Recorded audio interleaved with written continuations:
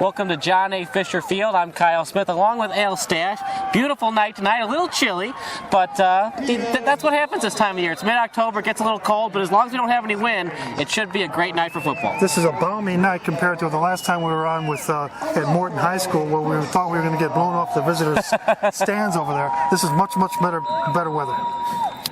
Willowbrook enters today's game at 4-3. Downers Grove South at 2-5. But more importantly, Willowbrook is 3-1 in the conference, and Downers Grove South is 2-2. Now, Al, Downers Grove South, the best they can do is go 4-5, so they're not going to make the postseason this year. They're playing the role of spoiler.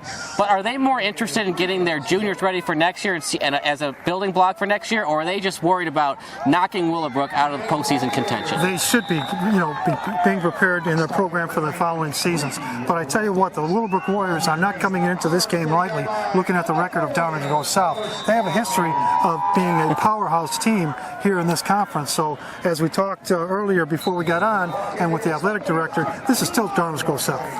You got to keep that in your head. Even though Downers Grove South is 2-5, they're still going to come with a lot of intensity, and they're going to play hard. Even though they're out of the playoffs, that doesn't really matter when these two face off each other on the gridiron. Great school program. What we have to do is make sure that the Willowbrook Warriors come out here with great defense and good special teams defense as well. We've seen in previous games that we've been on the air that they have had some problems with kickoff returns going for long yardage against, and also some of the field goals, the punt returns have come back pretty far downfield. So we really have to watch special teams and, of course, defense stopping the run.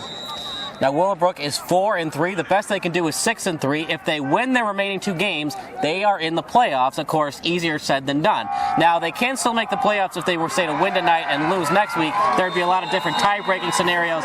What is the most important for the Willowbrook in order to win the next couple games? My guess would be Billy Degnan, but Jake Jessen and Jonathan Kelso have also been fantastic this year.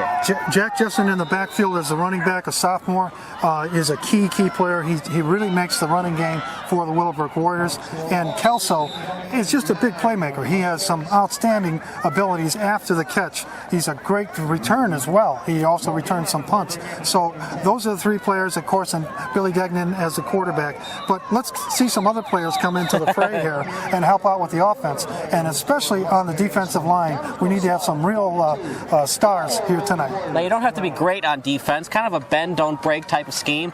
21 points or less, Willowbrook wins this game if the defense gives up 21 points or less tonight. I'd like to see less. I really would. I don't want to see the teams get too much into the offense tonight and let our offense have more time on the field. 21 points means a lot of field time, a lot of ball possession time. So let's make sure that they have the ball and not the other team.